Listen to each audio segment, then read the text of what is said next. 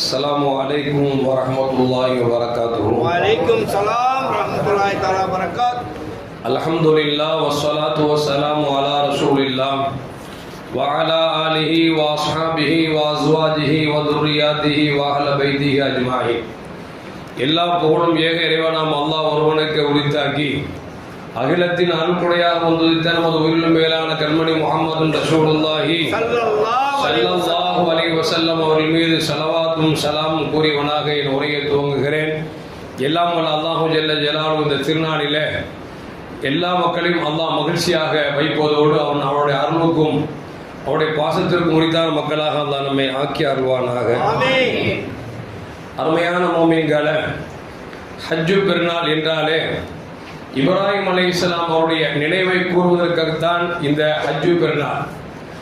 எனவேதான் காபாவிற்கு சென்ற மக்கள் அங்கு செய்யக்கூடிய எல்லா காரியங்களையும் நாம் எடுத்து பார்த்தோம் என்று சொன்னால் இப்ராஹிம் அலைஹிஸ்ஸலாம் அவர்கள் செய்த செயலை நினைவூட்டும் காரணமாகத்தான் அந்த ஹஜ்ஜு என்கிற இறுதி கடமையை ஹாஜிகள் செய்து கொண்டிருக்கிறார்கள். அந்த நன்மை நமக்கும் கிடைக்கும் என்பதற்காகத்தான் நாம் அரஃபாவுடைய நாளில் நோன்பு நோட்டு அந்த ஹஜ்ஜு பெருநாள் அன்று நாம் குர்பானி கொடுக்கக்கூடிய அந்த செயலை செய்கிறோம் என்று சொன்னால் அது இப்ராஹிம் அலைஹிஸ்ஸலாம் அவர்களை நினைவு கூறக்கூடிய ஒரு நாள் என்பதை மனதில் வைத்துக் கொள்ள வேண்டும். இப்ராஹிம் அலைஹிஸ்ஸலாம் அல்லாஹ்வின் ஆணைக்கு ஏற்று கிட்டத்தட்ட 80 வயதில் தன்னுடைய ஹத்னா சுன்னத்தை விட்டார்கள். இன்னைக்கு நம்ம சுன்னத்தில் ஒரு நம்மள பாயினா சுன்னத்து உருவாங்க அப்படின்னு தெரிஞ்சிருக்கிறோம். ஆனால் இன்னைக்கு எல்லா முஸ்லீம்கள் அல்லாத மாற்று மதத்தவர்கள் கூட இன்றைக்கு ஹத்னா என்கிற சுன்னத்தை செய்யக்கூடிய சூழலுக்கு தள்ளப்பட்டிருக்கிறார்கள். இந்த சுன்னத்து என்பது இப்ராஹிம் அலைஹிஸ்ஸலாம் அவர்கள் செய்த செயலை தான் இன்றைக்கு மட்டுமல்ல கியாமத் நாள் வரைக்கும் தொட்டு நடைபெறுகிறது என்று சொன்னால் அவர்கள் செய்த செயலை அல்லாஹ் கபூல் செய்து விட்டான் என்பதில் எந்த மாற்று கருத்தும் அல்ல. இப்ராஹிம் அலைஹிஸ்ஸலாம் அவர்கள் கிட்டத்தட்ட அவர்களை பற்றி அல்லாஹ் ஜல்ல ஜலாலுஹு 69 இடங்களில் குர்ஆனில் திரும்ப திரும்ப சொல்லி காமிக்கிறான். அதிலும் குறிப்பாக 15 தடவை சூரத்துல் பக்கராவிலேயே அல்லாஹ் ஜல்ல ஜலாலுஹு இப்ராஹிம் அலைஹிஸ்ஸலாம் அவர்களை குறித்து திரும்ப திரும்ப நமக்கு சொல்லி காட்டுகிறான். இப்ராஹிம் அலைஹிஸ்ஸலாம் திருமணம் முடித்தார்கள், நீண்ட நாள் குழந்தை இல்லை. 86வது வயதிலே அவர்களுக்கு குழந்தை கிடைக்கும் என்று அல்லாஹ் சுபச்சை சொல்கிறான்.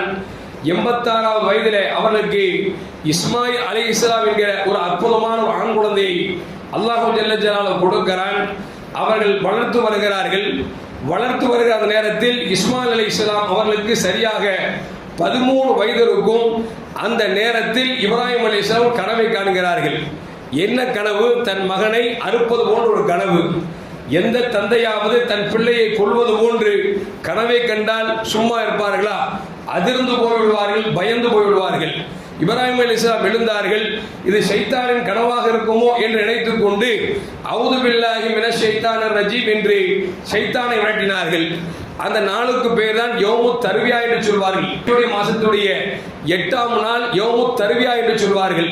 இப்ராஹிம் அலைஹிஸ்ஸலாம் முதலாக கனவு கண்டு இது ஷைத்தானின் புறத்திலிருந்து வருகிறதா, இது அல்லாஹ்வின் புறத்திலிருந்து வருகிறதா என்கிற அந்த கனவை சந்தேகத்திற்குரியதாக நினைத்ததனால் அந்த நாளுக்கு பேரே யௌமுத் தர்வியா என்கிற பெயரை வாங்கியது. அடுத்த நாள் உறங்குகிறார்கள், அதே கனவு மீண்டும் வருகிறது. அப்பொழுது நினைத்துக் கொண்டார்கள் இது ஷைத்தானின் கனவு அல்ல, இது இறைவனின் புறத்திலிருந்து வரக்கூடிய கனவு என்பதை அறிந்து கொண்டதால் யௌமுல் அரஃபா அந்த அறிந்து கொண்ட நாள் என்கிற பெயரை அது போந்திருக்கிறது.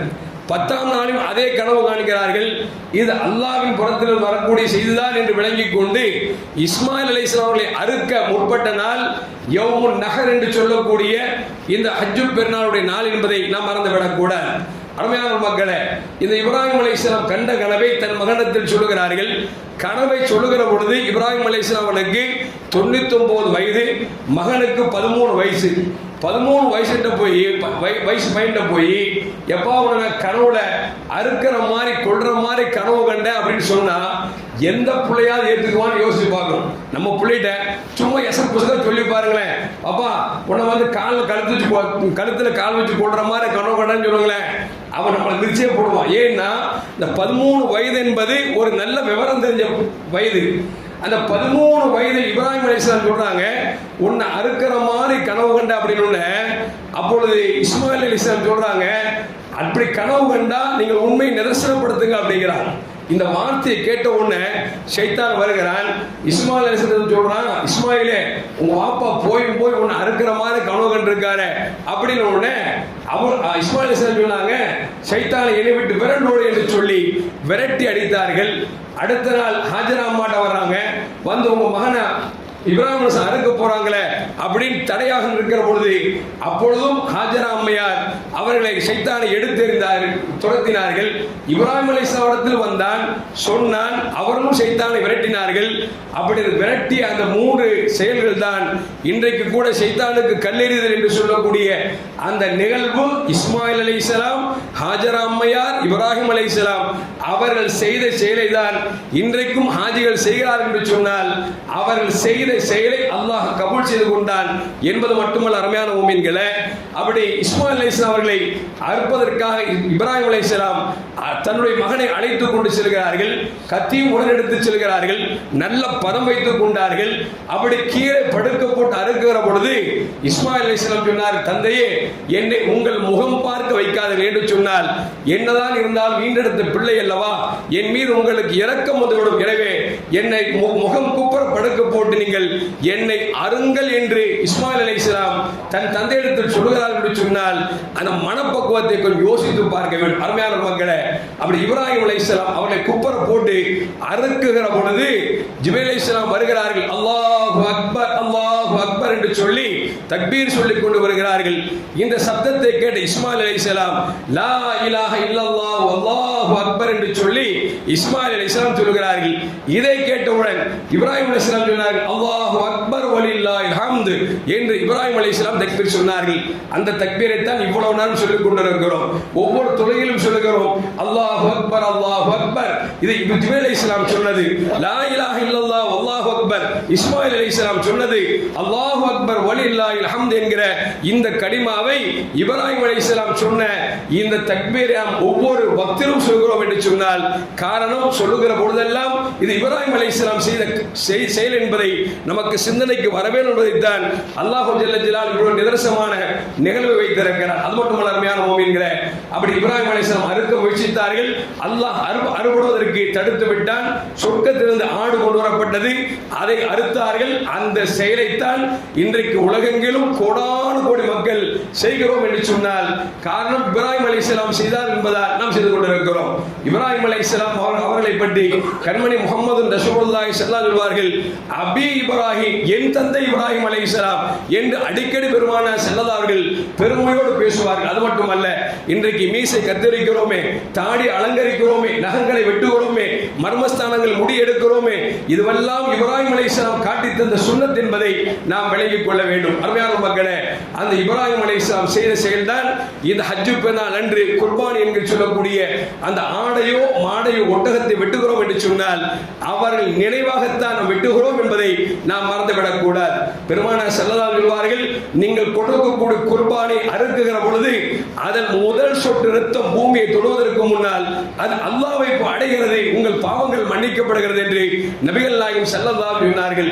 அந்த அடிப்படையில் அருமையான மக்களே, கொடுக்கக்கூடிய குர்பானியை 3 பங்காக வைக்க வேண்டும். ஒரு பங்கு தனக்கும், ஒரு பங்கு சொந்தத்திற்கும், ஒரு பங்கு ஏழைக்கும் கொடுக்க வேண்டும். நாம் அறுக்கக்கூடிய குர்பானியை முஸ்லிம்களுக்கு தான் கொடுக்க வேண்டும் தவிர மற்றவர்களுக்கு கொடுக்க கூடாது என்பதை உங்களுக்கு திரும்ப திரும்ப சொல்லிக் கொள்கிறேன்.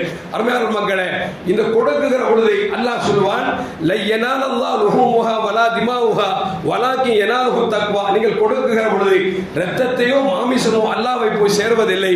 கொடுக்குகிற பொழுது இறைவன் எனக்கு கொடுத்தான், இறைவனுக்காக நான் கொடுக்கிறேன் என்கிற இந்த பரிசுத்தமான எண்ணத்தை தான், தக்வாவை தான் அல்லாஹ் எதிர்பார்க்கிறான் என்று நபிகள் நாயகம் ஸல்லல்லாஹு அலைஹி வஸல்லம் அவர்களும் அல்லாஹ் நமக்கு திரும்ப திரும்ப சொல்லித் தருகிறார்கள். எனவே கொடுக்குகிற பொழுது இப்ராஹிம் அலைஹிஸ்ஸலாம் சிந்தனை வர வேண்டும். அதே நேரத்தில் கொடுக்கிற பொழுது இறைவன் எனக்கு கொடுத்தான், நான் இறைவனுக்காக கொடுக்கிறேன் என்கிற இஹ்லாஸான எண்ணங்கள் இருக்க வேண்டும் என்பதையும் பெருமானார் ஸல்லல்லாஹு அலைஹி வஸல்லம் நமக்கு சொல்லித் தருகிறார்கள். அந்த ஆட்டை எப்படி அறுக்க வேண்டும், எப்படி கொடுக்க வேண்டும் என்கிறத கடந்த வாரங்களிலே தங்களுக்கு சொல்லியிருக்கிறேன். எனவே முடிந்த வரைக்கும் அந்த குர்பானி ஆடுகளை கண்ணியப்படுத்தி ஒன்றுக்கு முன்னால் ஒன்றை அறுக்காமல் ஒன்றை தனியாக அறுத்தோம் என்று சொன்னால் மற்றொன்றை அதை ஓரம் கட்டிய பிறகுதான் அறுக்க வேண்டும் தவிர அதை வைத்துக் கொண்டு அறுப்பது என்பது சால சிறந்த அல்ல என்பதை விளங்கிக் கொள்ள வேண்டும். அதே நேரத்தில் கொடுக்கக்கூடிய குர்பானி தோள்களை தாம் பயன்படுத்தினால் பயன்படுத்திக் கொள்ளலாம், அல்லது ஏழைகளுக்கு கொடுத்து விடலாம். அதை விட சிறந்தது மதரசாக்கள் கொடுக்க வேண்டும். நம்முடைய பள்ளிவாசல் நடக்கக்கூடிய மதரசா பிள்ளைகளுக்காக நம்முடைய பள்ளிவாசலில் தோள்களை நாம் வசூல் செய்து கொண்டிருக்கிறோம். எனவே தங்களுடைய குர்பானி தோள்களை பள்ளிவாசல் ஒப்படைக்குமாறும் அன்போடு கேட்டுக்கொள்கிறோம். எல்லாம் வல்ல அல்லாஹ் ஜல்ல ஜலாலுஹு நாம் கொடுக்கக்கூடிய குர்பானி அல்லாஹ் கபூல் செய்து கொள்வானாக. யாருக்கெல்லாம் இந்த வசதி வாய்ப்பு இல்லையோ அல்லாஹ் வருகிற வருடங்களில் அதை கொடுக்கக்கூடிய பொருளாதாரத்தில் நல்ல எண்ணத்தையும் அல்லாஹ் தந்தல்வானாக. அஸ்ஸலாமு அலைக்கும் வரஹ்மத்துல்லாஹி வபரகாத்துஹு.